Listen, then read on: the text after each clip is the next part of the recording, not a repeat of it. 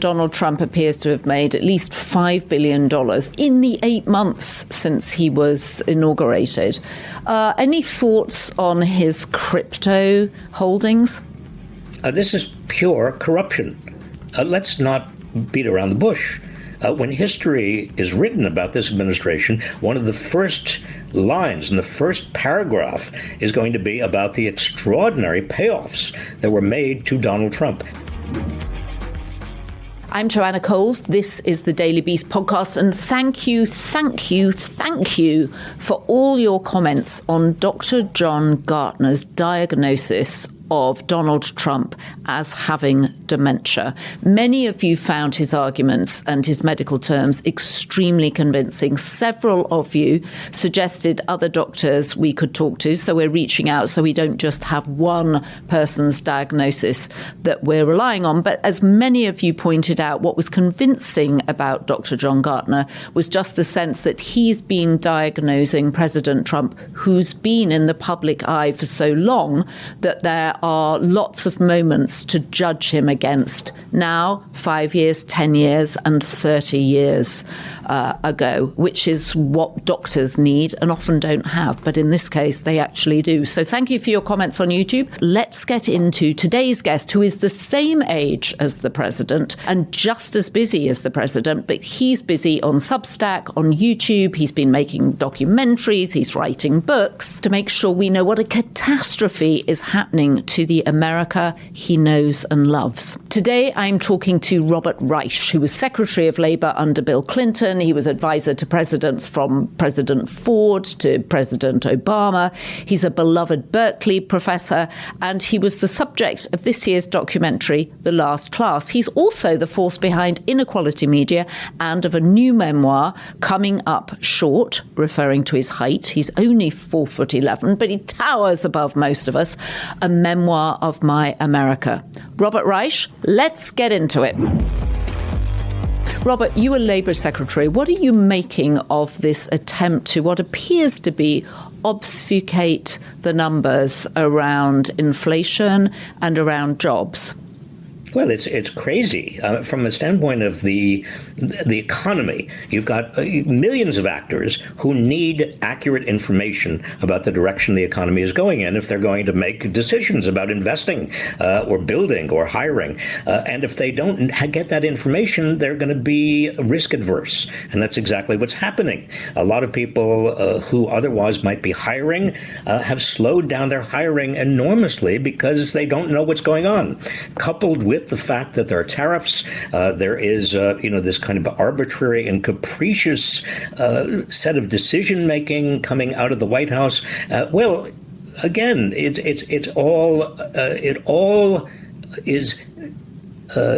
deters economic investment, which is bad for everyone, and you can't shoot the messenger. I mean, if Donald Trump doesn't like what's coming out of the Bureau of Labor Statistics, or he doesn't like the Fed's decisions on interest rates, mere attempts by the White House to shoot the messenger send a very, very dangerous signal to the rest of the economy, not just the United States economy, but the world economy. And that is, you can't trust the American dollar.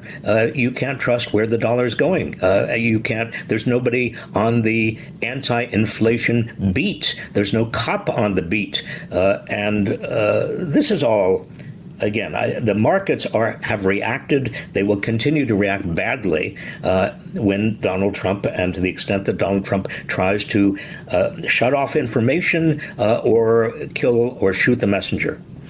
And what do you make of his suggestion that public companies stop reporting quarterly earnings and, in fact, move to twice a year, every 6 months?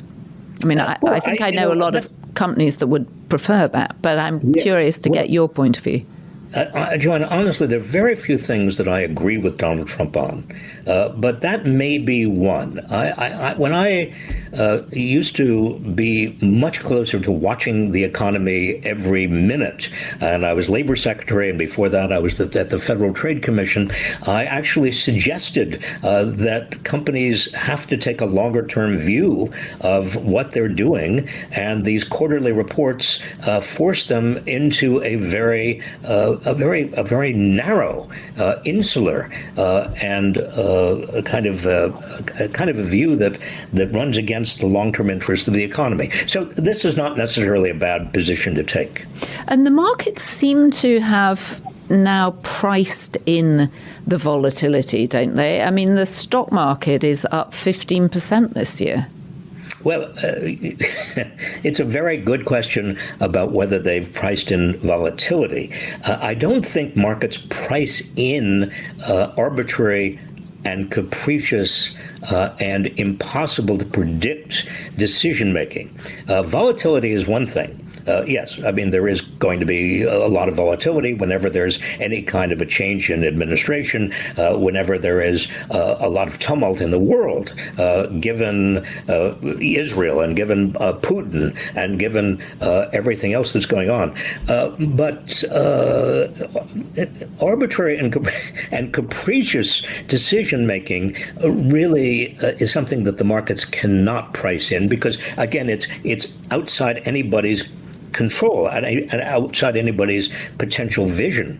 All that they're pricing in, and I worry that they're going to price in more and more of this, is uncertainty. Robert, it's no secret that Donald Trump appears to have made at least $5 billion in the 8 months since he was inaugurated. Any thoughts on his crypto holdings? This is pure corruption. Let's not beat around the bush. When history is written about this administration, one of the first lines in the first paragraph is going to be about the extraordinary payoffs that were made to Donald Trump. Some of them violating the emoluments clause of the Constitution that says, foreign powers cannot pay off a public official. But some of them are just nothing but attempts to curry favor with Donald Trump. And crypto has opened the floodgates to that kind of currying of favor. It is a scandal. But unfortunately, there's so many scandals with regard to this administration, it's difficult to come out to really focus on one. Who should actually be policing that most effectively? Is that the SEC? Well, the SEC should be doing that. And the Commodity Futures Trading Corporation could be doing it. The SEC is now run by a Trump lapdog who has huge crypto holdings and has basically allowed crypto to do whatever it wants to do. And the crypto industry has become so rich that it's paying off members of Congress in terms of campaign contributions, including a number of Democrats. And so it is, you have this kind of a doom loop with regard to what it can get away with. The whole thing is a market that is based upon nothing but expectations that some bigger fool is going to come along and buy even more crypto that you can get rid of. This is like the tulip craze in Holland. This is just a matter of when is it going to explode? We all remember what happened in 2008 with regard to many the credit swaps. Many assets on Wall Street that were derivatives of derivatives and derivatives of derivatives, and you can go for a while and you can build and build and build, but eventually you can't, and eventually somebody gets left holding the bag. That's what's going to happen with crypto, but crypto is even worse because the only purpose of crypto, as far as I can see, is hiding illicit, illegal, often immoral transactions that violate all sorts of international laws and rules. It also uses up a lot of a lot of electricity, a lot of environmental damage, a lot of water from areas of the country that don't really have all that much. There's no redeeming social value in crypto at all. The subtitle for your book is A Memoir of America. But what is America at this point? What should we be most concerned about? Well, I am most concerned, Jaonna, about the loss of freedom, the loss of our rights, constitutional rights. Everything from the First Amendment, the right to speak, the right to assemble, the right to due process, the right not to be arrested without due process, the right not to be disappeared off the streets without due process. We have a constitution that provides a lot of guarantees, a lot of bulwarks against a rogue government. We have a rogue government, but we also are discovering that we don't really have a mechanism, a set of mechanisms to guard those constitutional guarantees. The federal district courts have been doing, I think, a credible job, but it's very hard for individual judges, and the administration keeps on appealing those cases. The Supreme Court, who knows? I mean, so far they've allowed Trump to do pretty much what he wants to do, beginning with John Roberts' totally indefensible position that a president can get away with doing anything the president wants as long as it's arguably part of his official duties. But there is also a failure of the leadership class in America. And by leadership class, I'm talking about everyone from the people who run media companies to religious leaders to people who are university presidents who keep telling me they don't dare speak out. There's a kind of overall fear that has descended upon people who have responsibility in this country, and their responsibility, excuse me for expressing my view here, but their responsibility is not just to their organizations like ABC or CBS or Columbia University or their law firm. Their responsibility, if they're leaders, true leaders, is to the country as a whole, including our democracy, including the rule of law, including the Constitution. And so that, to me, is also a real concern. So you mentioned that university presidents are telling you that they're fearful. Clearly, business leaders are fearful too. I've had several conversations with prominent CEOs who just don't want their heads above the radar. How do we, or what should leadership look like at this point? And I mean, one of the complexities, I think, is that Donald Trump was elected, right? And secondly, we say the First Amendment has been attacked, but there are still plenty of people, us included, able to speak freely about what we're concerned is happening. So how do you manage to balance all these contradictions? Well, I don't think there are many contradictions here. I mean, first of all, we don't have any idea how much speech right now is being chilled.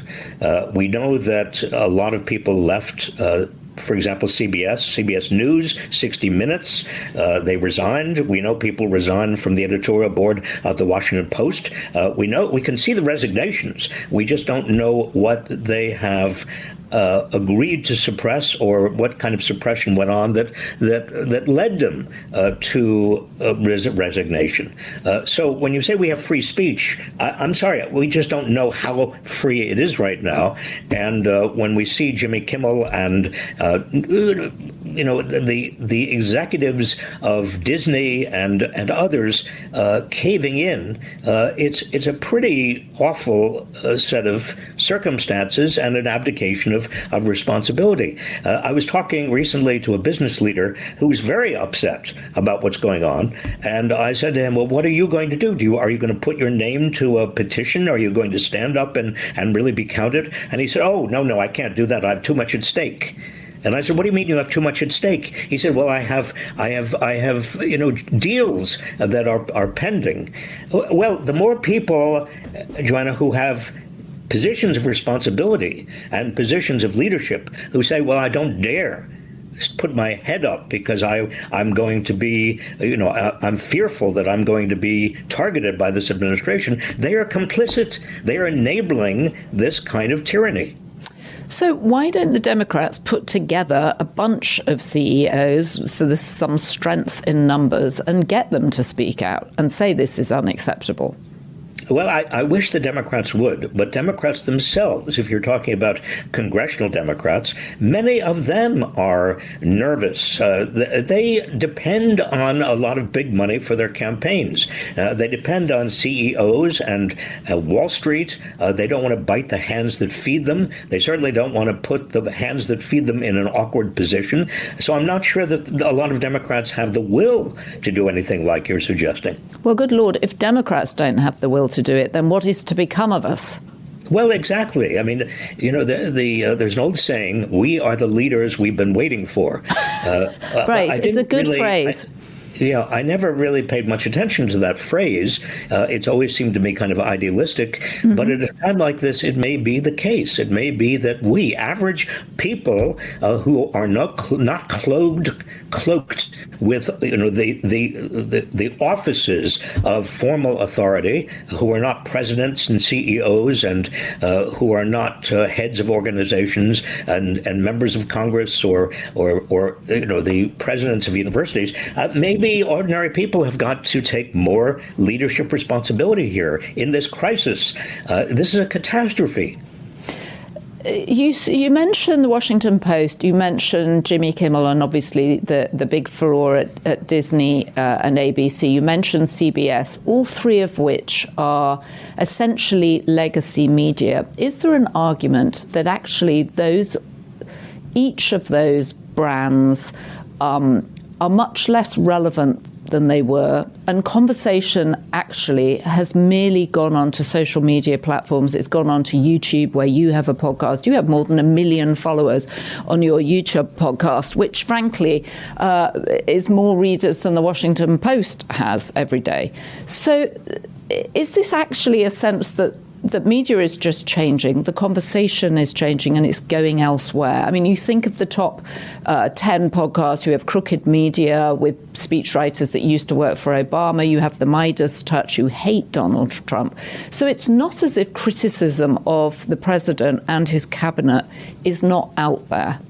Well, Joanne, I wish I had what sounds like your optimism, but I fear that we're on a path now that is very, very dangerous, and it's a slippery slope in terms of where we are. I mean, if you talk about social media, who owns social media? I mean, you have Elon Musk and X. You have Jeff Bezos, who owns a lot of. Amazon itself, Amazon Prime. He's working on a big movie with Melania, with the First Lady. Melania. You've got Mark Zuckerberg. You've got a lot of people who have shown absolutely no courage, or even worse, they're giving, they're fighting, they're competing to kiss Trump's derriere. I mean, look at what the head of Apple gave him a solid 24-karat gold. What was that? A bribe? I mean, I don't even know how to characterize that. So you are correct to the extent that there are these fissures, these places. I do my Substack every day, and I try to do whatever I can. But these are the exceptions. Maybe they're green shoots of something in the future. I hope they are. But it's not just the legacy media that have failed us. It is also, these billionaires who are in charge of a lot of social media who are going over to the dark side. Robert, what did you think when you saw the tech leaders like Mark Zuckerberg, like Sergey Brin, sitting at that table with Donald Trump? I want to come on to the dinner at Windsor Castle in a minute, where they were sat again with Donald Trump and this time the King of England. But what did you make of that first tech dinner where they went round the table and everybody was paying homage to the president? Pure greed. I mean, I don't think, my first impulse was to say, well, I've seen something like this before. I've been at those dinners when I was Secretary of Labor. I've been surrounded by business leaders who, they love the pomp and the circumstance. They love to be invited to the White House. They love to feel important. But with Trump, you have really only, it seems to me, one major incentive, and that is they don't want to be on his bad side. They don't want to earn his wrath. They want to be on his good side. Because he's such a, he's such an authoritarian. He's so unpredictable. He is operating in a world in which he could say tomorrow, I really don't like you, Apple, and I'm going to do everything I can to undermine you. And suddenly Apple's stock goes, plummets. Well, that's, in other words, I understand why these tech leaders and billionaires are enabling him, but I don't think they need to go nearly that far. I wish they had more backbone. They're earning enough money. They don't have to be greedy. I wish they understood that this is a time for courage. This is a time where everybody in this country who has any degree of responsibility must exercise real courage. History is not going to be kind to these people if they don't. So what I'm trying to understand is, if you're Tim Cook and the practicality is you've got hundreds of thousands of people working for you, you've got a massive global business, what else should Tim Cook be doing? I mean, if the value to the president is having Tim Cook sit there and say flattering things about you, is that actually just pragmatic business manners? Well, obviously, a big piece of it is business. Yes, business. It's Tim Cook's stock options and his fiduciary obligation to Apple shareholders, and I understand that. We're in a world in which shareholder capitalism predominates over what we used to have, which is stakeholder capitalism. But we also have enormous media consolidation. In the 1980s. We had something in the order of 95, 98 media outlets competing for about 90% of the media market. Now we're down to 5 big leviathans competing for 90% of the media market. So combine those two, that degree of consolidation, a shareholder capitalism, and also the fact that you've got an amazing amount of money at the top now. These people like Tim Cook and Elon Musk and Jeff Bezos, they are not just billionaires, they are hundreds of billionaires. They are people who have a lot at stake. And if I were being very cynical, and I hate to even be this cynical, but I'm going to say it anyway, I'm not sure they have a deep dedication to democracy. They may have so much money that they may worry about majorities coming along and taking it away in terms of a wealth tax or something else. You put these factors together, Jaonna, media concentration, shareholder dominance, and the wealth of the dominant people in the media business and in many businesses, and you have a tinderbox that can easily be lit up by a demagogue like Donald Trump. So what would you have them do instead? How do you show leadership if you're trying on the one hand to balance a capricious president and a cabinet that is unpredictable? I mean, you saw this weekend that the extraordinary, you have Howard Lutnick coming out and saying, it's $100,000 for an HB1 visa and it's every year. And then you have the White House press secretary coming out and saying, no, it's a one-off and it's only for new visas. So there seems to be some chaos in the way, obviously, things are being run. How should you manage this if you are managing a business? I understand your point about shareholder value and stakeholder value, but if you're in the real politic of trying to manage this now, if you were Tim Cook, what would you do? Would you say, no, I'm not coming for dinner? Or would if I were Tim Cook, yes, I would not necessarily kiss his derriere by coming for dinner, and I wouldn't give him 24-karat gold awards. I would get together with other CEOs quietly and have a common front, have some agreement. We're in this together. The future of our democracy is very intimately related to the future of our businesses and vice versa. If I were a university president, if I were Harvard is doing a pretty good job right now, but I'd get together with all other higher education and say we have to have a united front because this divider in chief, this demagogue in chief, is trying to divide us, and divided we are very, very weak. If we can get together, we're much stronger. Same thing with law firms. Same with cultural institutions. Together, there is a possibility of stopping this. But divided, there's almost no possibility. Everybody has an incentive to do the opposite. Everybody has an incentive to try to appease this tyrant. Well, and the more you appease the tyrant, the more they come after, right? I mean, that's the one thing history has shown us, that actually the worst thing you can do to a bully is give him the lunch money, because then the next day he comes back and he wants twice as much. Exactly. I mean, Neville Chamberlain, made a point historically that I think that it's important for us to remember. You cannot appease a dictator. He does come back asking for more. And the problem is as long as he is able to divide and conquer, then everybody really becomes much, much weaker. Well, of course, what they say about academics is that the knives are so sharp because the stakes are so small. The idea of pulling together a group of presidents of universities who could agree seems somewhat fanciful. Do you think realistically you could do that? I love the notion of it, as I do similarly the idea of bringing all these tech chiefs together, and yet the tech chiefs themselves are frequently suing each other. We know that lots of them don't speak to others.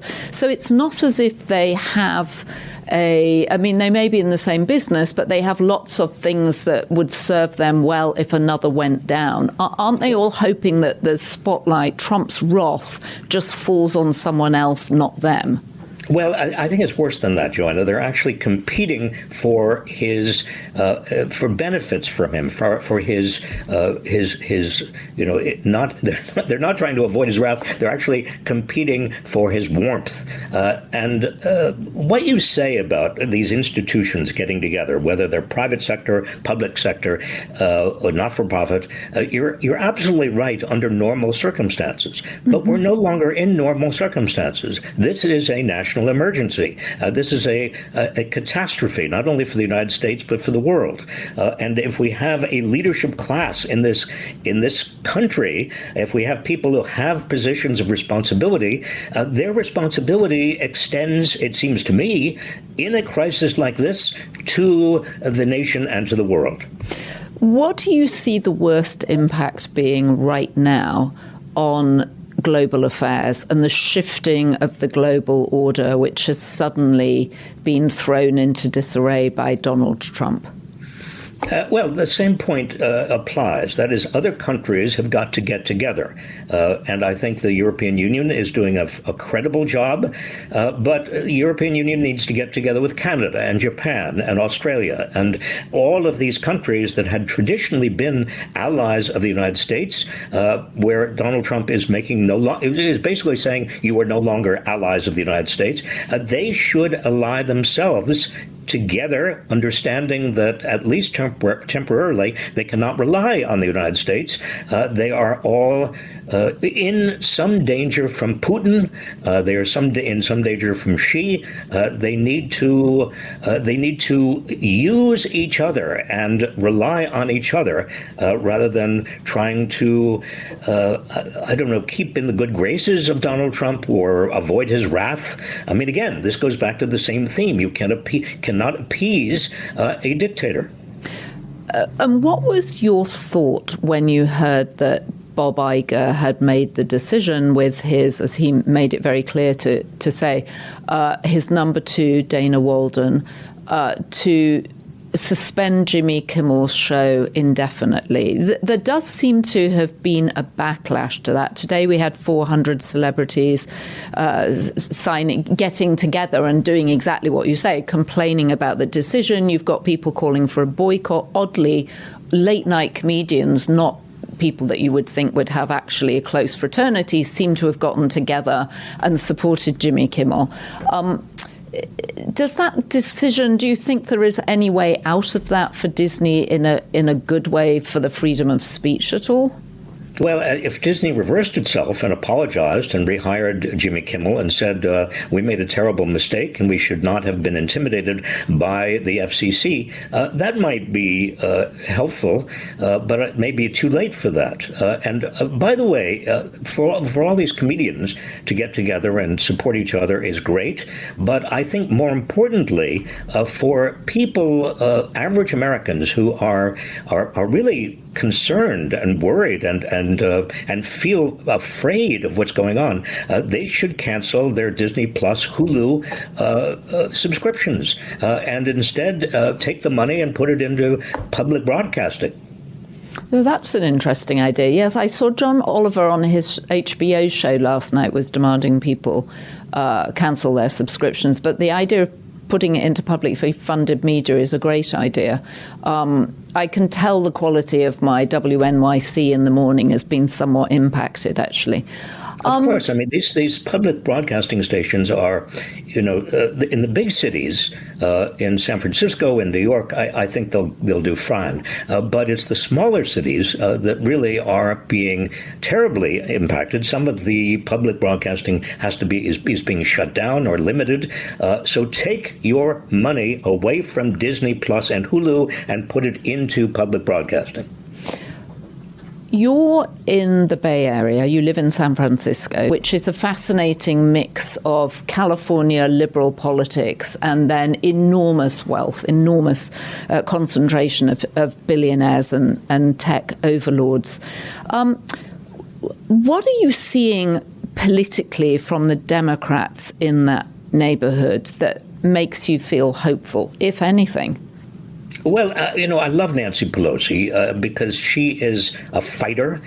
She was the person who basically convinced Barack Obama to try for the Affordable Care Act. And she doesn't let up. She's in her mid-80s and she's continuing to fight every day. So there are a lot of fighters in the Bay Area. They may be wealthy, but they still are fighting the good fight for average working people. Are you seeing any Democrats break through in terms of the next generation? I appreciate your support for Nancy Pelosi, but she's definitely of a generation now that can't lead forward, I think. Yeah, well, there are others. I mean, Ro Khanna is a good friend, and he is here in the Bay Area. He is the Silicon Valley representative to Congress. And there are many, many others. I'm actually quite encouraged about the backbench of the Democrat Party, particularly if you include the governors. There's some very, very attractive governors out there. And I don't mean only Gavin Newsom. I think J.B. Pritzker is doing a very, very good job. And Wes Moore is standing up. Ironically, what Donald Trump is doing with regard to trying to squeeze the red state governors to get more, more redistricting that gives the Republicans more seats in Congress. Oh, the gerrymandering.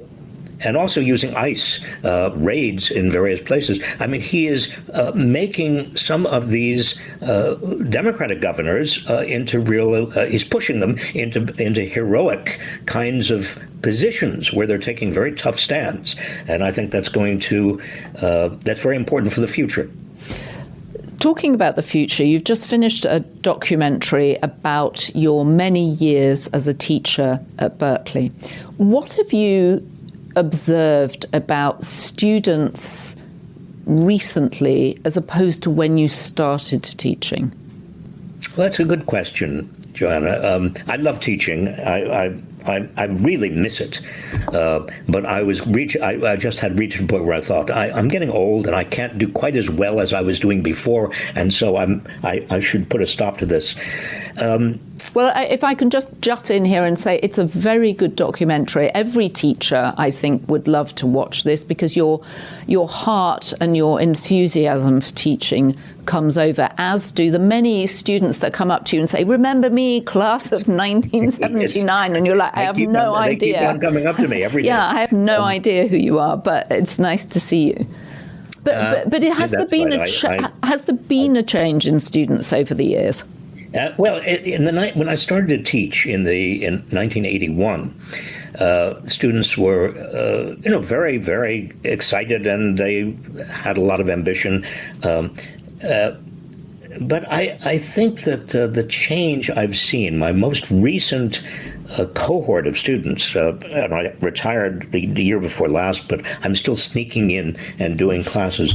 The most recent cohort of students, I would say, if one can generalize about these things, I mean, generation is very difficult to generalize, but Gen Z, we're talking about, people who are 50 years younger than I am or more, they are understandably very worried, not only about what's happening in the country and the world, very upset about the loss of and potential loss of freedoms in this country, extremely upset about what's happening in Gaza, and the enabling that America is doing, and the giving Netanyahu all of this military might to undertake a form of genocide. Let's not mince words. So they are very, very concerned about that, and they're also very activist. They are probably the most activist cohort of students I've taught, and dedicated. I mean, I said to a bunch of them the other day, you are right at the point where democracy and artificial intelligence and global climate change, are all impinging on the existential future of this country. How do you feel? And they said, we feel excited and we feel, revved up. And I said, well, that's good, because we need you and we are dependent on you. And then I thought about it a little bit, and I said to them, if everything were good, if everything were settled, if everything were, if we didn't have any problems with climate change or democracy or artificial intelligence or nuclear proliferation or any of the other nightmare scenarios that we have around us, it would be pretty boring for you, wouldn't it? I mean, you're starting your careers. And they said, yes, exactly. We are facing the largest crises in modern history, and they're excited by it. And God bless them. And how did they square them with this whole generation that very much were brought to life by Charlie Kirk? Because you're talking to one bunch of young people, but there's also another bunch of young people who are either not in the college system or feel that the college system didn't listen to them and are looking for leadership in a different way. Well, there are actually several different groups, if you want to drill it down. There are the non-college young people, and they really do have a reason to be upset and angry about the fact that the system is rigged against them. I mean, if you don't have a college degree, it's very difficult to get into the middle class in this system. And only about 40% of them have or will have college degrees. 60% of them don't, and they are at risk. And then you have another group who are very kind of religious and evangelical. Some of them I know, and some of them are Trump supporters. Some of them had been Charlie Kirk supporters. They feel marginalized in many campuses. They feel that the country has rejected religion, and the data do show a tremendous drop in religiosity in the United States, but what I tell my students, and I truly believe it, Jaonna, is the best way of learning anything is to talk to people who disagree with you. And so I urge my students to find and even cherish people who are of different views than they are, and sit down and have conversations. And eloquent listening, actually listening eloquently to what other people say, and repeat what they say, and try to understand their arguments, and try to understand where you might be wrong. Well, that is the art of learning. And teaching is giving people that art of learning. So you've finished teaching. You seem more prolific than ever on Cafe Clatch and your YouTube podcasts. What else are you doing? Do you have another book coming out? How do you spend your time, Robert? Well, I do a Substack every day, an essay. Mm-hmm. Some people say to me, you're pushing 80 years old. How do you write every single day? And I said, well, what else am I going to do? And I have ideas for books, and we have, I'm working with a very talented group of young people on putting out videos. My son Sam, about 10 years ago, got me interested in social media, and thank goodness, because I'm not sure I would break through to young people if I were still writing books. He was very kind, if not a little bit condescending to me 10 years ago. He said, Dad, if you really want to reach my generation, I respect you for writing all the books you've written, but we don't necessarily read that much. And after I got over my depression from what he said, I did with a few other people. We started this nonprofit called Inequality Media Civic Action, and we do a lot of videos, and we do a lot of other movies and explainers, and I think that's how to reach a lot of young people. All right, so we have a lot of people that watch the podcast, listen to the podcast, and I think it's fair to say are feeling some despair and anxiety about where we are at the moment. As a final note, how would you encourage people to get involved, to get engaged in trying to change things? As you say, be the leaders that you want to have. Well, I say to people, number one, if you are despairing, depressed, angry, stressed, I completely understand. I mean, how can you not be? But activism, being an activist against this kind of tyranny is the best antidote to all of these feelings. So get out there. I mean, call your members of Congress every single day. Keep the White House and the congressional switchboard totally occupied. Beyond that, go into your community and protect people who are very vulnerable to the extent that you can. Make bad trouble. Also, write your members of Congress, write your local newspapers, boycott companies like we talked about, ABC, be an activist in terms of consumer activism and consumer boycotts. There's a long list, and I've on my Substack every month or so, I put out another long list of things that you can do.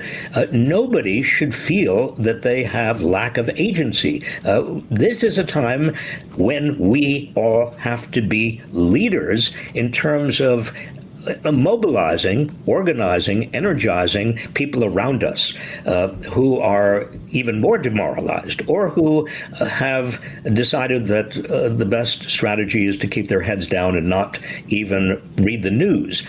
No, that's not the best strategy. The best strategy is to be an activist. Okay, well, I don't know if there are any local newspapers left to write to, but I love your idea of leaning into your own agency and writing to your Congress people. One forgets that they are there to represent you and that you can make a difference. Robert Reich, thank you very much for what I know is your very precious time, because you're now going off to write another Substack, you're going off to make another video, you're going off to lead another group of young people into the future. But we really appreciate you spending time with us. Well, thank you very much, Jaonna. I appreciate it. No signs of dementia with Robert Reich, even as he approaches his 80th birthday. And I can strongly recommend his documentary, The Last Class, in which he basically looks over his life as a teacher. And for anyone who's been a teacher, who wants to be a teacher, it's a very moving, inspiring documentary. And I'm sure there are lots of students out there who've been through his classes who will thoroughly enjoy this documentary. Anyway, if you have been, thank you for joining us. We appreciate your support. We are independent media after all. I'll be back tomorrow with Michael Wolff for our second episode of Inside Trump's Head this week. Don't forget to share this podcast with your friends, with your enemies, with your colleagues at work. The point is to have a discussion. You can argue with us, that's absolutely fine. And please do in the comments, or you can agree with us. That's nice too. If you have been, we appreciate your support. And though we haven't seen her this week, as the First Lady would have us say, be beast. Thank you to our Be Beast members, Connie Rutherford, Karen White and Heidi Riley. We appreciate your support, and thank you to our production team, Devon Rogerino, Anna von Urson, and our editor, Jessie Millward.